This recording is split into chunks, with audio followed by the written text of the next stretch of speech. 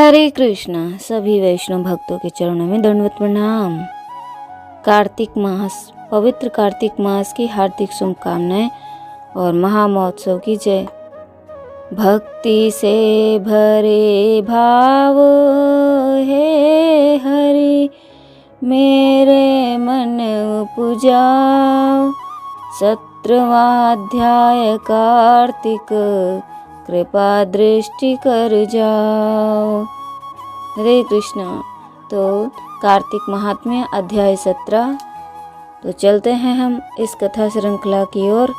उस समय शिव जी के गण प्रबल थे और उन्होंने जलंधर के शुंभ निशुंभ और महासुर काल नेमि आदि को पराजित कर दिया। यह देखकर सागर पुत्र जलंधर एक विशाल रथ पर चढ़कर, जिस पर लंबी पताका लगी हुई थी, युद्ध भूमि में आया।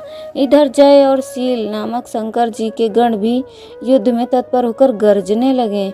इस प्रकार दोनों सेनाओं के हाथी, घोड़े, शंख, भेरी और दोनों ओर से सिंहनाद से धरती त्रस्त हो गई।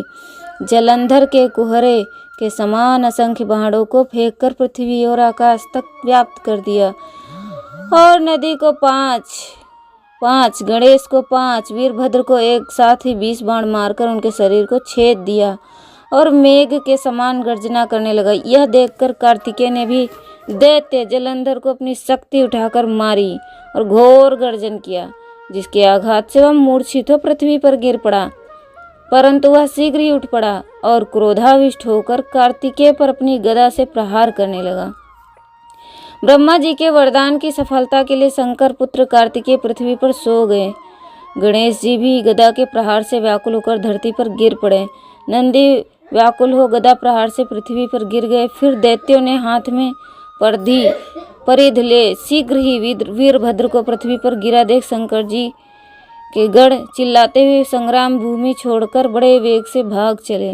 वे भागे हुए गण शीघ्र ही शिव जी के पास आ गए और व्याकुलता से युद्ध का समाचार कह सुनाया। लीलाधारी भगवान ने उन्हें अभय दे सबका संतोष वर्धन किया। तो हरे कृष्णा, ये था हमारा अध्याय 17। कार्तिक महामहोत्सव की जय, कार्तिक महात्म्य की जय। हरे कृष्णा। तो मिलते हैं हम आपसे अगले अध्याय में। तब तक के लिए आप सुनते रहें और महामंत्र का जाप करें।